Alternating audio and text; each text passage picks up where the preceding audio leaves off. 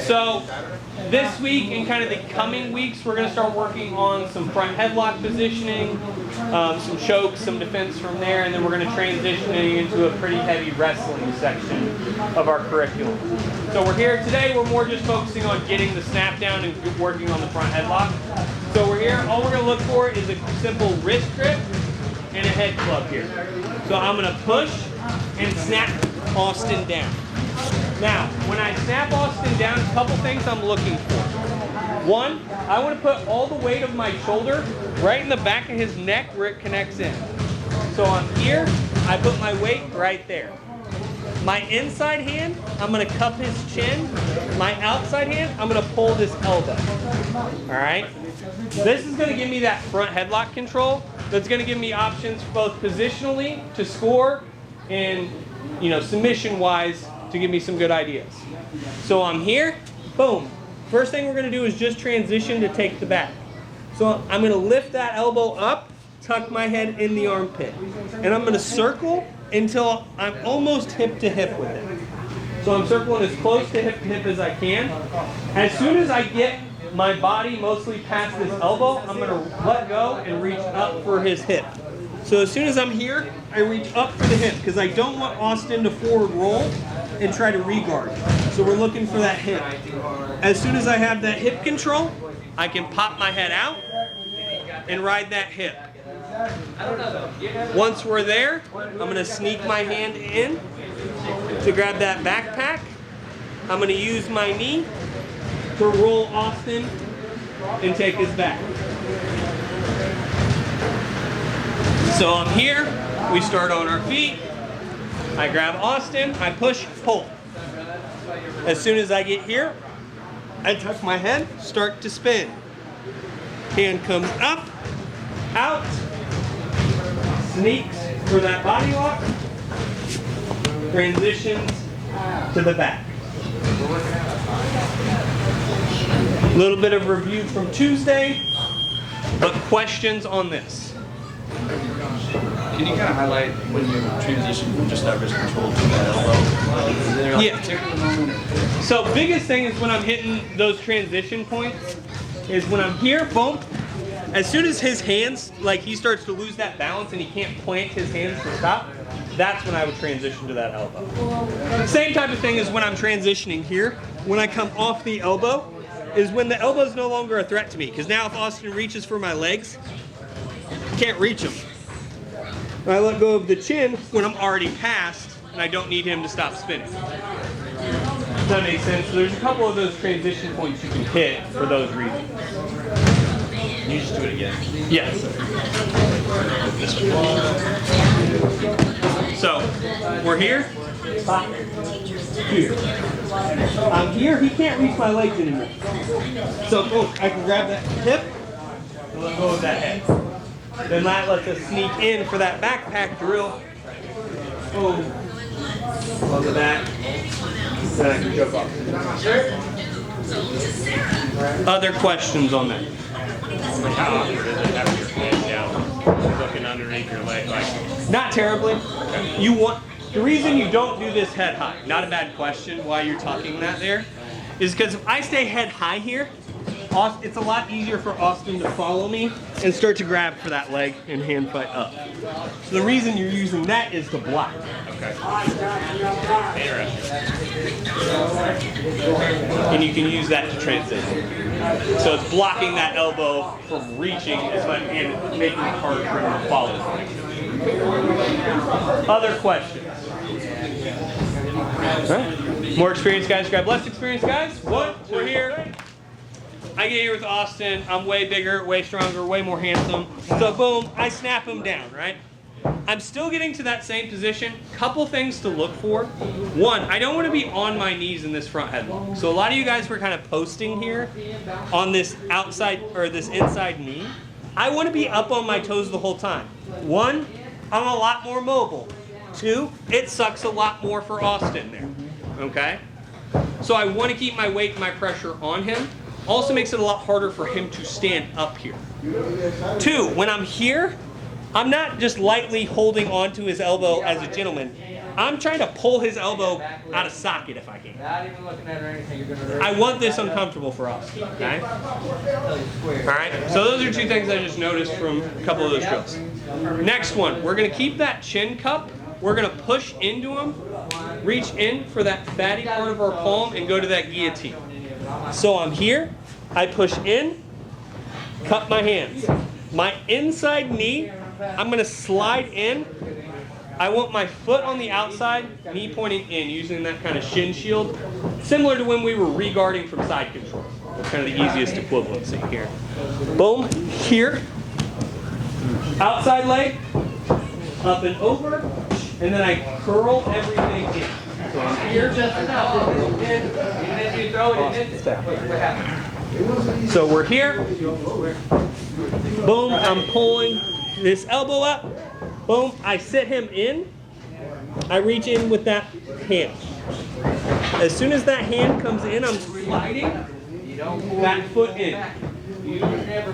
So if Austin sits up here, my foot's on the hip, my knee's towards the middle. This gives me the space and control I need to manage the distance. As I'm here, boom, I have my hand grip. Leg comes over the top, curl everything in, and squeeze. Questions, Max? You just gonna go over that hand placement, so kind of how you transition. Yeah. So I'm gonna have Austin sit up here. So you guys can see. My hand, I'm looking for his chin, and I'm cupping right on the fat part of my palm. All right? Then I'm rolling my hands in and curling his head down. Even standing, this sucks for Austin. But, like you're trying to check your wristwatch is the easiest analogy I've come up with for it. You're forcing your hand over to check your wristwatch. That's how you're getting that tap. So when I get Austin here, boom, I'm here, I sit him in, boom, slide that knee in, slide this foot over. Somebody throwing a bunch of punches at him, and they even land a couple of them, doesn't mean he's just going to get mad and start throwing and get caught. Other questions? You make a deliberate point to lift their arm up in order to get your leg in, but if they're posting that, can you just cut them? Yeah, that's on you, not me. So, if some guys will get into like a real steady base here, and especially former wrestlers will kind of base out here real hard. I don't mind that because if I have my hands connected here and Austin bases, this is just a shooting through that. Like I'm just throwing it through, right? That's his problem. Most jiu-jitsu guys aren't going to do that because to base like this naturally kind of extends your neck. So a lot of them are going to go more kind of shelled up anyway. So you're just kind of blocking where it is. So your shin's normally just blocking his leg more than it's doing it, or his hand more than it's doing it. Yeah. Other questions on this? One more time. I'm here with Sears. We're moving. Bop. I snap him down. I'm looking for something here. I step over, cup the chin, connect the hand, slide in, leg over, squeeze. Drill it out. One, I get here, boom, I head snap. I get to my front headlock with steers. Now, we have a bunch of options here. I'm going to go over this next one, and then we'll add one more. So, Tuesday we were struggling with one of the chokes, one of the loop chokes. So I'm going to show a different kind of variety of that. So I'm here. My hand that's on that chin is going to sneak up, actually. Boom, here. It's going to sneak under, and instead of grabbing his chin, I'm going to reach in, I'm going to grab right on his collar. So when I'm here, my hand sneaks in, and I want to where, if Austin stands up here for just a second, my hand sits right where my pinky sits on the collarbone. That's always a good depth for a loop choke. My pinky finger should sit right on his collarbone, and then grab the gear. I don't want it back on his t-shirt tag. I don't want to be hand kind of in the middle of his chest. That's always a good spot right there.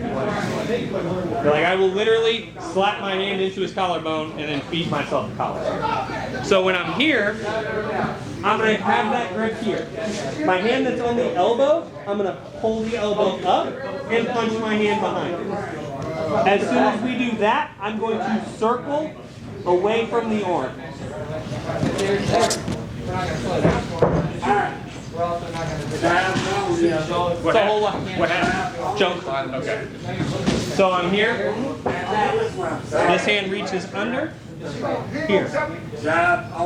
I reach this hand. I snap the elbow up. Drag my hand through.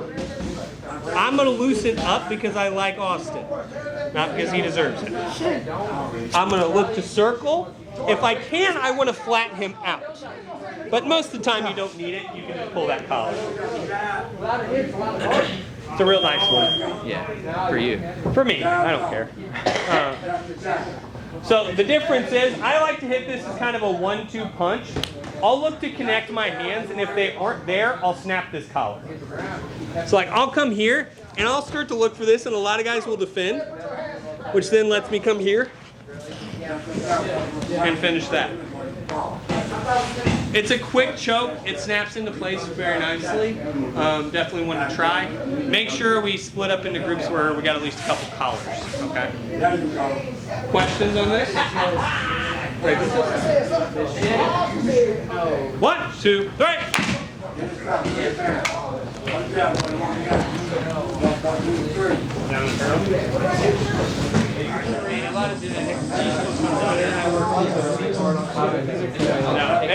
He's looked like that since he was like 7. It's ridiculous. All right, circle up. We're going to do one more. All right, so I'm here. I get to that front headlock position again. Instead of reaching for that collar, I'm going to cheat my shoulder underneath to reach with my arm. So I'm here, I have good pressure on. I'm going to cheat that shoulder just underneath. So instead of my shoulder being in the middle of his back, I'm trying to get it to where it's just underneath his shoulder. So I'm here, here. As soon as I do that, I'm going to reach with my hand here, reaching for that armpit. Now, when I'm here, I'm going for my bicep whenever possible. If you are blessed with the gangle, a couple of you fuckers, you should be able to get to your bicep pretty quickly there. If you can't, it's because you have not committed your arm. For those of us blessed with the stubbies, you really got to commit, right? If you cannot make it to the bicep, make it to the back of your wrist. So almost like if you had MMA gloves on, you're grabbing the back of the cuff. So I'm here, here. As soon as we're there, I'm going to sit in just like we did on that first fight, but I'm trying to sit him to his side. All right? Sliding in that same way, but I'm trying to get him to his hip. Once I get him here, if I don't have my bicep, this is when you shoot the bicep. I'm here. I'm bringing this hand not just to his back, I'm trying to bring it to the back of his neck. That's where you're reaching. Here. As soon as you're there, this hand, this leg comes over, and I'm trying to scoop whatever I can get over. Ideal world we all don't live in, I can scoop his top leg and like bring it to me. Real world, you're just scooping, you're reaching, and scooping what you can get. As we're here, I'm curling everything in and choking. So we're here with Sears. Good? Yeah. Try not to get it. I appreciate the effort. So I'm here, boom. I cheat that shoulder and either grab that light grip or if I can, come here.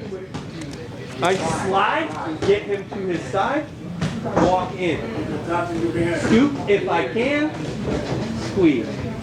The goal is to keep his head on your chest and to fold everything in as tight as you can. Like I said, I like that back forearm grip if you're stubbier, but ideally you shoot eventually to get to the bicep. Questions on this? Nothing? The reaction is when you shoot for that elbow and it's coming. So, when we've got them sat or when we reach? When you reach, so when you go for that armpit, you shoot for that bicep. He's going to start dropping his elbows back. So that's why when I'm here, I'm telling you guys to keep this elbow pulled, so that way you're here before he can really get it dropped back. So that elbow control becomes very important, because if I don't have good elbow control, he's just going to collapse his elbows in, and then you can go for the guillotine again, but you're just not in the same position. That's why I'll pull that elbow up like I'm trying to dislocate his shoulder. Like Austin feels it, like I'm doing this to you the whole time. It feels super great, super comfortable for him to be in the shoulder today. But that's what I'm looking for. A lot of the reactions are based off of he's trying to get to turtle. Because in a lot of jiu-jitsu tournaments, turtle doesn't score. So if he, instead of giving up a takedown and a bunch of other stuff, he's going to go turtle and try to roll. So instead, I'm keeping that chin, keeping that elbow, so he can't turtle up. So I have control of something, so I can either spin behind and take the back, or I like to choke from the front out there, because taking the back from turtle is a pain in the ass. So I'm going to stay out front and try to choke. Does that make sense? Yeah. Other questions? We do it one more time. One more time, other than one more. All right, I'm here. Boom. I'm with steers. I keep that elbow up. Shift that arm in. Shoot. I'm either grabbing for here or shooting to the bicep if I can. Slide in. Get him to the side. Shoot the bicep. Walk in. Curl. Finish. All right. Drill her out. 1, 2, 3.